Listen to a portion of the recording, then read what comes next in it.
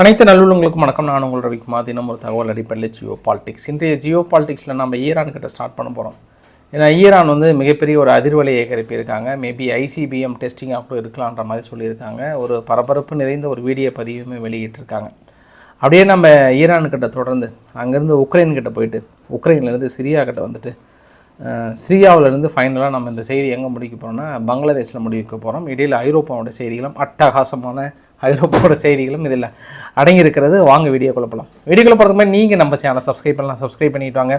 மறக்காமல் bell button click பண்ணி all options கொடுங்க. வீடியோக்குள்ள போகலாம்.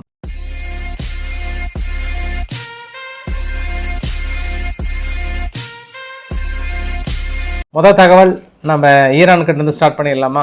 ஏன்னா உங்களுக்காக இந்த வீடியோ பதிவும் பார்த்துக்கோங்க. இந்த வீடியோ பதிவு ஈரானில் இருக்கக்கூடிய தெஹரான், கராச், அராக் போன்ற பகுதிகளில் அங்கே இருக்கக்கூடிய மக்கள் பிரத்யேகமாக வீடியோ பதிவாக எடுத்து வெளியிட்டிருக்காங்க.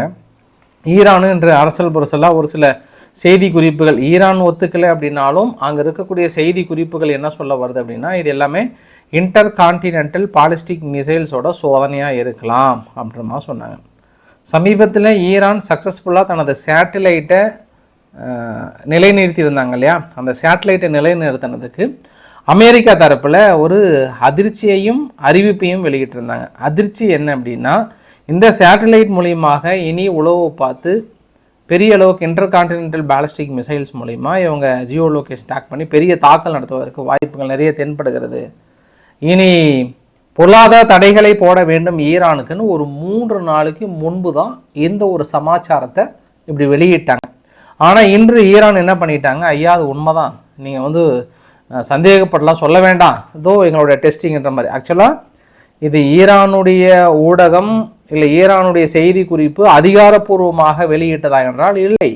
ஆனால் சுற்றி இருக்கக்கூடிய தகவல்களின் அடிப்படையில் என்ன நம்ம எடுத்துக்கலாம் அப்படின்னா, ஐசிபிஎம்மோட டெஸ்டிங்னு எடுத்துக்கலாம். ஐசிபிஎம்மோட டெஸ்டிங் அப்படின்னும் போது ஒரு 3 நாளைக்கு முன்பு தான் நம்ம பார்த்தோம், ஈரான் என்ரிச் பண்ண யுரேனியம் ஆல்மோஸ்ட் நெருங்கிட்டாங்க. அவங்க கிட்டத்தட்ட 12 அணு ஆயுதங்கள் இருப்பதற்கு வாய்ப்புகள் இருக்குது. இன்னும் கூடிய விரைவில் அனௌன்ஸ் பண்ண போகிறாங்க. என்ரிச் பண்ணுறது இன்னும் ஒரு 3% 4% தான் இருக்குது. விரைவாக செயல்படணும் அப்படின்னு சொல்கிறாங்க. அப்போ இந்த ஐசிபிஎம் டெஸ்டிங்கோட கம்பேர் பண்ணும்போது அப்படின்னா கூடிய விரைவில் அனௌன்ஸ் பண்ணுவதற்கான வாய்ப்புகள் இருக்குது. ஸோ பரபரப்பாகிடுச்சு. ஈரானுடைய சோதனை இந்த பக்கம் இஸ்ரேல் தரப்புலையும் அமெரிக்கா தரப்புலையும் பரபரப்பை கிளப்பி இருக்கிறது. என்ன விதமான பொருளாதார தடைகள் போட போகிறாங்க அப்படின்றத நம்ம பார்த்துடலாம்.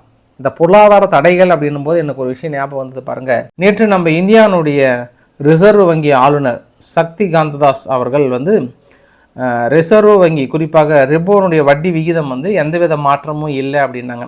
நார்மலாக ரூபாய் மதிப்போட வீழ்ச்சி வந்தது, டாலருக்கு மதிப்பு ஏறிட்டே போகுது, மேபி வட்டி விகிதம் உயர்த்துவாங்களோ அப்படின்னு நினைக்கப்பட்டது. பட் வட்டி விகிதம் உயர்த்தலை, எந்த மாற்றமும் இல்லை அப்படின்னு சொல்லிட்டாங்க. ஆனால் அங்கே ஒரு கேள்வி கேட்கப்பட்டது.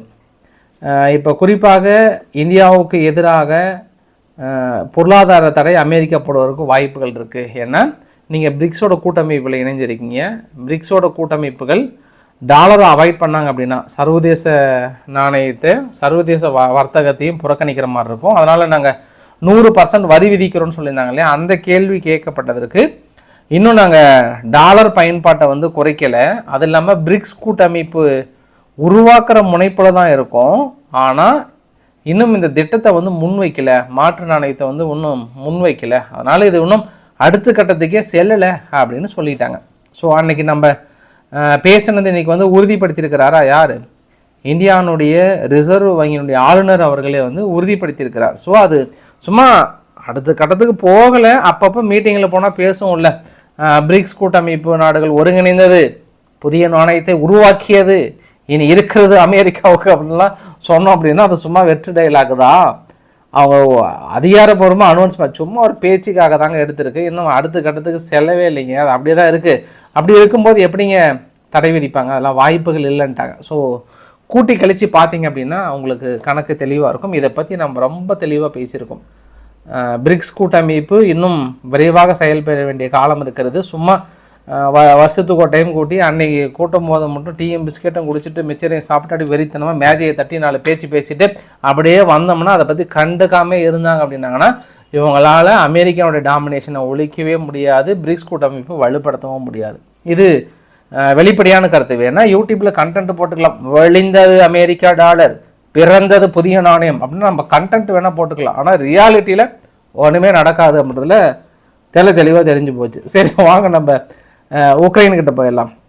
உக்ரைன் என்னம்னா ஒரு இன்னைக்கு சந்தோஷ பூரிப்பில் இருக்கிறாங்க. போயிருந்தாங்கன்னா நம்மளுக்கு கூட கேக்கு ஏதாவது கொடுத்துருப்பாங்க, கேக்கு சாக்லேட் நிறைய கொடுத்துருப்பாங்க. ஏன்னா அவங்களுக்கு F-16 போர் விமானம் டென்மார்க் வந்து கொடுக்குறேன்னு சொல்லியிருந்தாங்க. ஒரு 19 போர் விமானங்கள் 3 பேட்ச் கொடுக்குறேன்னாங்க. இப்போ டிசம்பர் வந்துடுச்சு இல்லை, எல்லாருமே இந்த டிசம்பரில் கொடுக்குறேன்னு சொன்னாங்க இல்லையா.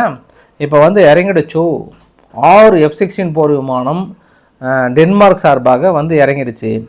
ஏற்கனவே இன்னும் மற்ற நாடுகள்லாம் வந்து இறங்கியிருக்கிறது. ஒட்டுமொத்தமாக 100 F-16 போர் விமானங்களை உக்ரைனுக்கு உறுதிமொழி அளித்திருந்தாங்க. டென்மார்க்கு, ஃப்ரான்ஸு, ஜெர்மன்லாம் சேர்ந்து ஒரு சில உத்தரவாதம்லாம் கொடுத்துருந்தாங்க. அதில் வந்து இறங்கி விட்டது. இனி சம்பவம் குருவி சொல்கிற மாதிரி சுட்டு தள்ளிடுறாங்களா என்னன்னு தெரியல. ஏன்னா இன்று கூட ரொம்ப பரபரப்பாக பேசியிருந்தாங்க. இங்கே ரஷ்யானுடைய எண்ணெய் கிணறு, குறிப்பாக கருங்கடல் பகுதியில் எண்ணெய் கிணறு மீது ஒரு ஆளில்லா ட்ரோன் மீது பெரிய தாக்கல் நடத்தி மிகப்பெரிய ஒரு சேதாரம் ஏற்படுத்தியிருக்குன்னு சொல்லியிருக்காங்க. அதே சமயத்தில் பாரிஸுக்கு விரைகிறார் யார்? ஐரோப்பானுடைய சுதந்திர போராட்டத்தினுடைய தந்தை. ஐரோப்பானுடைய சுதந்திர போராட்டத்தினுடைய தந்தை யார்? ஜெலன்ஸ்கி. அதை நீங்கள் மறந்துடக்கூடாது. ஸோ இவர் என்ன பண்ணுறாரு? பாரிஸுக்கு போகிறாரு. பாரிஸுக்கு போயிட்டு அங்கே மேக்ரன் முன்னிலையில் எல்லாத்தையும் வந்து சந்திக்கிறாங்க. இந்த பிரத்யேக கூட்டத்தில் இவர் கலந்துக்கிட்டது பாக்கியமாக நினைக்கிறாரு. ட்ரம்ப் அவர்களும் வராங்க. ட்ரம்ப் அவர்களும் கை குலுக்கி என்னப்பா என்ன அமைதி பேச்சுவார்த்தை ஏதாவது உடன்பட்டுடலாமா, ஏதாவது முடிச்சிடலாமா அப்படின்ற மாதிரி வந்து பேசப்படுகிறது. ஆக்சுவல் ரியாலிட்டி என்ன தெரியுங்களா? ட்ரம்ப் வந்தால் கூட நிறுத்தலாம் மாட்டார், அவ்வளோ சீக்கிரம் முழுமையாலாம் நிறுத்த மாட்டார். அவரு சாதாரண ஆள் கிடையாது. இது அப்படியே தான் தொடரும். அதுக்கான வாய்ப்புகள் தான் கண்கூட கொஞ்சம் கொஞ்சமாக தெரிகிறது. ஸோ பொறுத்து இருந்து பார்க்கலாம். நேற்று புடின் அவர்கள் அங்கே பெலாரஸுக்கு போயிருந்தார். பெலாரஸை போயிட்டு லூகாஷென்ஸ்கோ அவர்களை பார்த்து குறிப்பாக ஒரு சில பேச்சுவார்த்தைலாம் நடத்தப்பட்டதில்ல. பெலாரஸ் கவலைப்படாதீங்க, உங்களுக்காகவே ஆர்சனிக் மிசைல்ஸ் வந்து நிறைய தயாரித்து வச்சுருக்கோம்.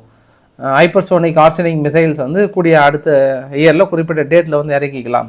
அவங்க ஜெர்மனியில் வந்து ஆயுதங்களை இறக்குறாங்க அப்படின்னும் போது நம்ம நீங்கள் இங்கே வந்து இறக்கிட்டோம்னா நீங்களும் சுட ஆரம்பிச்சிருங்க, நாங்களும் ஒரு பக்கம் சுட ஆரம்பிக்கலாம், ஆளுக்கு தீபாவளி பட்டாசு 2 கொளுத்திட்டு போயிடலாமே அப்படின்னு அவங்க ஒரு உத்தரவாதம் கொடுத்துருக்காங்க. ஏன்னா ஆல்ரெடி பெலாரஸில் அணு ஆயுதம் வைத்திருக்காங்க. இப்போ ஆர்சனிக் மிசைல்ஸ் கொடுக்கும்போது நீங்களும் உங்களுக்கு பிடிக்காத நாடை பார்த்து ரெட் பட்டன் அழுத்திடுங்க அப்படின்னு சொல்கிறாங்க. ஏற்கனவே நேட்டோ நாடுகளும் ரெட் பட்டன் அழுத்துறதுக்கு தயாராக இருக்குன்னு நேற்று இல்லை 2 நாளைக்கு முன்பு தான் பின்லாந்தில் கொண்டு வந்து ஆயுத குவியல்களை வந்து பெரிய அளவுக்கெல்லாம் அடுக்கி வைக்கிறாங்க கொஞ்சம் கொஞ்சமாக. ஏன்னா பின்லாந்தில் இருந்து ஈஸியாக அங்கே கொண்டு போவதற்கு வசதியாக இருக்கும் இல்லையா, அது மாதிரி நம்ம சொல்லலாம். நம்ம என்னதான் இருந்தாலும் ஜெர்மனி வந்து உத்தரவாதம் கொடுக்கப்பட்டிருந்தாலும் போர் விமானங்கள் மீது எல்லாமே உத்தரவாதம் கொடுக்கப்பட்டிருந்தா கூட இப்போ எலெக்ஷன் முடிகிற வரைக்கும் அவங்களால ரிசல்ட்டு முழுமையாக எதுவுமே பண்ண முடியாது. இப்போ இடையில பேக்கேஜ் மாதிரி அனௌன்ஸ் பண்ணியிருந்தாங்க, அதுவுமே கூட மேபி ஹோல்டு பண்ணிட்டாங்க அப்படின்ற மாதிரி வந்து கேள்விப்பட்டேன். இன்னும் முழுமையான தகவல் கிடைக்கல. ஆனால் ஏஎஃப்டி கட்சிக்கு வந்து தடை விதிக்கணும்னு நினைச்சாங்க, குறிப்பாக ரைட் விங் பார்ட்டின்னு சொல்லுவாங்க. ஸோ அதுக்கு தடை விதிக்க முடியல. இவங்களும் என்னென்னமோ ட்ரை பண்ணி பார்த்தாங்க, தடை விதிக்க முடியல. ஏஎஃப்டி பார்ட்டியினுடைய அஃபீஷியலாக சான்சலருக்கான வேட்பாளராக அலைஸ் வெய்டல் அவர்களை வந்து அனௌன்ஸ் பண்ணியிருக்காங்க. ஸோ 45 வயசான இவங்க ஆல்ரெடி நல்ல அனுபவம் பெற்றவர் அப்படின்ற மாதிரி வந்து சொல்லியிருக்காங்க. இப்போதைய கருத்து கணிப்பில் ஜெர்மனியை பொறுத்த வரைக்கும் ஏஎஃப்டி ஜெயிப்பதற்கு நிறைய வாய்ப்புகள் இருப்பதாக சொல்லப்படுகிறது. 2 அவங்க கோரிக்கை தான். ஒன்று, உக்ரைனில் அமைதி ஏற்படுத்த போகிறேன். 2வது, இனி ஜெர்மனியிலிருந்து ஆயுதங்களை கொண்டு போக மாட்டேன். 3வது, பழைய நிலைமைக்கு நம்ம பொருளாதார தன்மையை கொண்டு வருவோம். அதுக்கு எந்த எல்லைக்கு செல்ல தயாராக இருக்கேன், ரஷ்யாவோட இறக்குமதி பண்ணாலும் பண்ண தயாராக இருக்கிறேன். இந்த 3 கோட்பாடு தான் பெரிய அளவுக்கு ஜெயிப்பதை வாங்கி சொல்லியிருக்காங்களா. ஸோ ஒரு சம்பவம் ஜெர்மனியில், ஒரு சம்பவம் வர பிப்ரவரி மாதம் எலெக்ஷன் நடக்க போது அதுக்கான வேலைகள். 2வது சம்பவம் நம்ம காலையில் ரொமானியாவை பற்றி நம்ம பேசிட்டோம், நிறைய பேசிட்டோம். ஒரே வரியில் சொல்லணும் அப்படின்னா கடந்த 2 நாட்களாக ஒரு கருத்து கணிப்பு எடுக்கப்பட்டது. அந்த கருத்து கணிப்பில் ஜாக்ரோஸ் அவர்கள் 63%, அதாவது ரஷ்யா ஆதரவு பெற்ற வேட்பாளர் அப்படின்னு சொல்லிக்கலாம். ஏன்னா அப்படி தான் அவங்க சொல்கிறாங்க, அதனால் நான் அதே உங்ககிட்ட சொல்கிறேன். நான் இந்த பக்கம் பார்த்தோம் அப்படின்னா அவங்க கேண்டிடேட் யார், அமெரிக்காவுடைய கேண்டிடேட் இருக்கிறார்ல, இவங்க 37% தான் இருக்கிறாங்க. ஸோ இப்போ என்ன அப்படின்னா அவர் என்ன ஒரே ஒரு வார்த்தை சொன்னால், நான் வந்தேன் அப்படின்னா இந்த நேட்டோ படைகள் ஒன்று கூட இந்த ஏரியாவிலே இருக்காது, எல்லாத்தையும் துரத்த போகிறேன் அப்படின்னு சொல்லிட்டார் இல்லையா. என்ன டிக்டாக்னுடைய இன்ஃப்ளூயன்ஸ்னால தான் அவர் ஜெயிச்சாருன்னு தடை விதிச்சிட்டாங்க. ஒரே ஒரு கேள்வியோடு கடந்து போகிற அந்த செய்தியை விட முடியல. இப்போ சமீபத்தில் மால்டோவாவில் எலெக்ஷன் நடந்ததுங்க. மியா சாண்டோ அவர்கள் வந்து மாபெரும் வெற்றி பெற்றிருந்தார். அப்போ இதே கோரிக்கை மால்டோவில் இருக்கக்கூடிய எதிர்கட்சிகள்லாம் என்ன கேட்டாங்கன்னா, ஒரு டிக்டாக் ஓனரோடு நின்று போட்டோ எடுத்திருக்காங்க. அது இல்லாமல் உர்சலா வான் டெர் லியன் அவர்களும் கூட பெரிய அளவு ஃபோட்டோவில் எடுத்திருக்காங்க. அப்போ சொன்னாங்க, இந்த மாதிரி தான் அவங்க ஐரோப்பா இன்ஃப்ளூயன்ஸ் பண்ணி ஜெயிக்க வச்சிட்டாங்க. அப்போ இவங்கெல்லாம் பண்ணால் கரெக்டு. ஏன்னா இவங்க ஜனநாயகத்துக்காக என்ன வேணாலும் செய்வாங்க இல்லையா? சரி, ஓகே. நம்ம சிரியாவுடைய தகவலை லைட்டாக அப்படி எட்டி பார்த்துட்டு போயிடலாம், ரொம்ப பெருசாக டிஸ்கஸ் பண்ண வேண்டாம். ஆனால் சிரியானுடைய வரைபடத்தில் பார்க்கும்போது தற்போது இருக்கக்கூடிய நிலவரம், அதாவது 7/12/2024 படி இப்போ நான் 8 மணி வரைக்கும் நிலவரம் பார்த்தேன்னா, ஹாமாவிலிருந்து ஹோம்ஸ் பகுதியை வளைச்சிட்டு இருக்காங்க. ரொம்ப நாளைக்கு அப்புறம் ஒரு துப்பாக்கி சத்தம் லைட்டாக காதில் கேட்குதுங்க. அங்கேயும் டமார் டுமின்னு ஓரளவு காதில் கேட்குது. பரவாயில்ல, லைட்டாக எதிர்ப்பு தெரிவிக்கிறாங்க ஏதோ சிரியானுடைய ஆர்மி. இருந்தாலும் கொஞ்சம் பெண்ணுங்கால் பிடரட்டிக்கு ஒரு பக்கம் ஓட தான் செய்கிறாங்க, இன்னொரு பக்கம் தாக்கல் நடத்துகிறாங்க. கீழே தாரான்ற பகுதியில் டமாஸ்கஸை நோக்கி நாங்கள் செல்ல போகிறோன்னு அங்கே இருக்கக்கூடிய ஒரு குரூப்ஸ், எஸ்ஏ என்ற குரூப்ஸ் பக்கம் உள்ளே ஓடிட்டு இருக்குது. அல்டனஃப் அமெரிக்காவுடைய ஏர்பேஸ் இருக்குது, அவங்களும் கொஞ்சம் தேவையான அளவுக்கு எக்ஸ்டாப்ளிஷ் பண்ணிட்டாங்க. கொஞ்சம் அப்படியே அந்த பக்கம் போனால் அந்த மஞ்சள் கலர் இருக்கு இல்லையா, அந்த மஞ்சள் கலர் தான் வந்து YPG-PKK. அவங்க அடிஷ்னலாக அந்த டயர் ரிசோர் இந்த பகுதியில் வந்து பிடிச்சி வச்சுருக்காங்க. அந்த டயர் ரிசோரும் மற்ற பகுதியும் பார்த்தோம்னா உங்களை பெருசு பண்ணி காட்டுறேன். 2 ஈரானுடைய பேஸ் இருந்ததுங்க. ஒன்று டயர் ரிசோரில் அந்த எண்ட்லேயும், இந்த பக்கம் கீழே வந்து அபு காமல் என்ற பகுதியில். இந்த 2 பகுதியும் வித்ட்ரா பண்ணிட்டாங்க. யார்? ஈரானில் இருக்கக்கூடிய IRGC ஃபோர்ஸும் பெரிய அளவுக்கு வித்ட்ரா பண்ணிட்டாங்க. இந்த இடத்துல அமெரிக்கா விட்டு கொடுக்க மாட்டாங்க. அமெரிக்கா இங்கே முழு ஏரியாவும் எண்ணெய் கிணறுகள் இங்கே இருக்கு இல்லையா, முழுசாக அங்கே திருட்டிட்டு போயிட்டு இருக்காங்க. அதனால் அவ்வளோ சீக்கிரம் அவங்க விட்டு கொடுக்க மாட்டாங்க. இந்த ஏரியா ஃபுல்லாக எண்ணெய் வளமிக்க ஏரியா. இந்த சந்தர்ப்பத்தை பயன்படுத்தி அமெரிக்கா SDFக்கு பெரிய அளவுக்கான ஆயுத உதவிகளை கொடுத்து கொண்டிருக்கிறது. அதே மாதிரி அல்டனஃப்லிங் அமெரிக்காவோட 2 பேஸ் இருக்குது. இந்த 2 பேஸ் உதவியோட பெரிய அளவுக்கு முன்னேறி இருக்காங்க. இது சுற்றி இருக்கக்கூடிய அங்கே இருக்கக்கூடிய நிலவரம் நம்ம சேனலில் நிறைய வாட்ச் பண்ணுறவங்களுக்கு தெரியும். நம்ம இந்த சிரியா சிவில் வார் வர்றதுக்கு முன்னாடி ஒரு 2 வாரத்துக்கு முன்னாடி உங்ககிட்ட ஒரு தகவல் ஒன்று சொன்னேன். அப்படியே கொசு வர்த்தி இடத்துல கொய்ய சுற்றி பார்த்தீங்கன்னா ஒரு தகவல் வரும். பெரிய அளவுக்கான ஆயுதங்கள் குவியலாக சந்தேகத்துக்கிடமாக குர்தி சேனை பகுதியில் அமெரிக்கா போய் இறக்கிட்டே இருக்கிறாங்க. அடுத்தடுத்த விமானங்கள் போகிறாங்க இறக்குறாங்க. குறிப்பாக அந்த பேச்சுவார்த்தை இஸ்ரேல் லெபனானுக்கான பேச்சுவார்த்தை இருந்தது இல்லையா, அப்போ ஆல்மோஸ்ட் அது நெருங்கும் போது இந்த ஒரு சம்பவம் நடந்தது. அப்போ சொன்னேன், உங்ககிட்ட ஒரு வார்த்தை சொல்லியிருந்தேன், கண்டிப்பாக யார் வந்து சிரியாவுக்குள்ளே நுழைஞ்சு தாக்கல் நடத்துகிறாங்களோ இல்லையோ, SDF வந்து கண்டிப்பாக தாக்கல் நடத்துவாங்க. சிரியாவுடைய டெமோக்ராட்டிக் ஃபோர்ஸஸ் குர்திஷன போராளிகள் வந்து உள்ளே நுழைஞ்சு தாக்கல் நடத்துறதுக்கு வாய்ப்புகள் இருக்குது. அமெரிக்கா பின்புலமாக இருக்காங்கன்னு சொன்னேன் இல்லையா. ஸோ கரெக்டாக இந்த சந்தர்ப்பம் பெரிய அளவுக்கு இதை இந்த பக்கம் ரெபல் ஃபோர்ஸஸ்ன்னு சொல்கிறாங்கப்பா ரொம்ப பெருமையாக. இந்த STS அந்த ரெபல் ஃபோர்ஸஸ் வந்து பயன்படுத்துகிறத விட இவங்க அதிகமாக SDF வந்து பயன்படுத்திப்பாங்க. பொறுத்திருந்து பார்க்கலாம் அங்கே இருக்கக்கூடிய கலா நிலவரம். ஆனால் இப்போ தான் ஏதோ லைட்டாக அப்படி நியூஸ் வருதுங்க. இஸ்ரேல்னு வருது பாருங்கள். ஈரான் இருக்காங்கல்ல, ஈரான் வந்து ஒரு 2000 ஃபைட்டர்ஸ் ஹெஸ்புல்லானுடைய ஃபைட்டர்ஸ் அங்கே இறக்கியிருக்காங்களாம். ஹெஸ்புல்லானுடைய ஃபைட்டர்ஸ் ஹோம்ஸ் பகுதியை தாண்டி வரக்கூடாது என்பதற்காக கொஞ்சம் ரவுண்டப் பண்ணியிருக்காங்கன்றாங்க. கொஞ்சம் ஹெஸ்புல்லா வந்தால் டஃப் இருக்கும். ஏன்னா நம்ம அது அங்கேயே பார்த்துருக்கோம். லெபனான்லே ஹெஸ்புல்லா வந்து இஸ்ரேலுக்கு எந்த அளவுக்கு டஃப் கொடுத்தாங்கன்றது நல்லா தெரியுது. இஸ்ரேல் வந்து அந்த ட்ரோன் டெக்னாலஜியும் வான் தாக்குதலும் இல்லாமல் இருந்திருந்தாங்கன்னா கண்டிப்பாக ஹெஸ்புல்லாவை அவ்வளோ சீக்கிரம் தரைவழியில் வீழ்த்தி இருக்க முடியாது. அந்த அளவுக்கு ரொம்ப ஸ்ட்ரென்த்தாக இருந்தாங்க. ஸோ அவங்க ஒரு 2000 வீரர்கள் களத்தில் இறங்கியிருக்கிறாங்கன்னு இது புதுசாக தகவல் வந்திருக்கிறது. அதனால தான் சொன்னேன், லைட்டாக ஏதோ துப்பாக்கி சத்தம் அப்படியே டமார்னு லைட்டாக கேள்விப்பட்டிருக்கேன். ஆனால் அவங்க என்ன சொல்கிறாங்க, ஆனால் சிரியானுடைய ஆப்போசிஷனுடைய கமாண்டர் அஹ்மத் அல் சஹாரா அல் ஜொலானி அவர்கள் என்ன சொல்கிறாங்கன்னா, டமாஸ்கஸை நோக்கி போயிட்டுருக்கோம், ஆல்மோஸ்ட் ஒரு 7 கிலோமீட்டர், எங்கள் புல்லட் உங்கள் செஸ்ட்டுக்காக காத்திருங்கள், சுட்டு தள்ள போகிறேன் அப்படின்ற மாதிரி சொல்லியிருக்காங்க. ஏற்கனவே அல் ஜொலானி அவர்கள் என்ன சொல்லியிருந்தாருன்னா, எனக்கு யாருமே எதிரிலாம் கிடையாது, எனக்கு ஒரே ஒரு ஆள் தான் எனக்கு எதிரி, அவரு மட்டும் தான், ஆசாத் மட்டும் தான் எனக்கு எதிரி, வேறு யாருமே கிடையாது. ஆனால் அதையும் தாண்டி நீங்களாம் உங்கள் லிஸ்ட்டில் எதிரிக்குள்ளாக்கிக்கிட்டீங்க அப்படின்னா நாங்கள் பொறுப்பு இல்லை அப்படின்னு சொல்லியிருந்தாங்க. ஆனால் பாருங்கள், CNN போயிட்டு அங்கே பேட்டி எடுத்ததுக்கப்புறம் பெரிய விவாத பொருளாகிடுச்சு. ஏன்னா இவரோட தலைக்கு அமெரிக்கா தடை செய்யப்பட்ட தீவிரவாத இயக்கமாக அனௌன்ஸ் பண்ணி 10 மில்லியன் பக்கம் அனௌன்ஸ் பண்ணியிருந்தாங்க. இன்று அமெரிக்கா என்ன பண்ணுவாங்க, இல்லை அதை அந்த ஆளுக்கிட்டே போய் டைரெக்டாக பேட்டியெல்லாம் எடுக்கிறாங்களே அப்படின்ற ஒரு கேள்விக்குறி இந்த இடத்துல வச்சிடலாம் நம்ம. இன்னொரு நியூஸ் என்ன அப்படின்னா, துருக்கி, ஈரான், இந்த பக்கம் ரஷ்யா, அப்புறம் சிரியா, கத்தாரில் இருக்கக்கூடிய தோஹாவில் ரவுண்ட் டேபிளில் வச்சுட்டு பேசி தள்ளுறாங்க. எப்படியாவது இந்த வாரம் வந்து ஒரு அமைதி ஒப்பந்தம் மாதிரி ஏதாவது ஒன்று பண்ணணும் அப்படின்னு சொல்லிட்டு பயங்கரமாக பேசுகிறாங்க. அப்போ துருக்கி ஒரு உத்தரவாதம் கொடுக்குறாங்க, வேணா பாருங்கோ, நீங்கள் பேச்சுவார்த்தை நடத்துங்கோ அப்படின்னு சொன்ன உடனே இப்போ ஆப்போசிஷன் பார்ட்டி யார், இந்த எஸ்டிஎஸும் இவங்கக்கிட்ட சிரியாவுடைய ரீஜியன்கிட்டையும் ஒரு பேச்சுவார்த்தை நடத்துகிறாங்க. ஏன்னா நீங்கள் அடிச்சுக்கிட்டிங்கன்னா எஸ்டிஎஃப் ஃபுல்லாக அவங்கள பிடிச்சிடுவாங்க, உங்களை அடின்னு அடிக்க விட்டுட்டு பொறுமையாக நீங்கள் டயர்ட் ஆனதுக்கப்புறம் ஈஸியாக அங்கே குர்தீஸ் வந்து உள்ளே பூந்துடுவாங்க அப்படின்றது உங்களுக்கு நல்லா தெளிவாக தெரியுது. ஏன்னா அவங்க வெயிட் பண்ணுறாங்க. இப்போ இவங்க அடித்து டயர்டாகி விழுட்டோம், அதுக்கப்புறம் நம்ம உள்ளே பூந்து அடிச்சிக்கலாம்னு. ஏன்னா உலகத்திலே ஒரு விசித்திரமான ஒரு 30-40 இயக்கங்களோடு இருக்கக்கூடிய நாடுன்னா ஒன்று ஃபஸ்ட்டு சிரியா, அடுத்து ஈராக்கு. இப்போ அதனால் நம்ம கொஞ்சம் அமைதியாக மேபி ஆசாத் அவர்கள்ட்ட பேசி இவங்களுக்குன்னு ஒரு தனிப்பட்ட ஏரியா ஒதுக்கிடலாமா, ஆப்போசிஷன் பார்ட்டிக்கு அந்த பேச்சுவார்த்தை போயிட்டுருக்கு.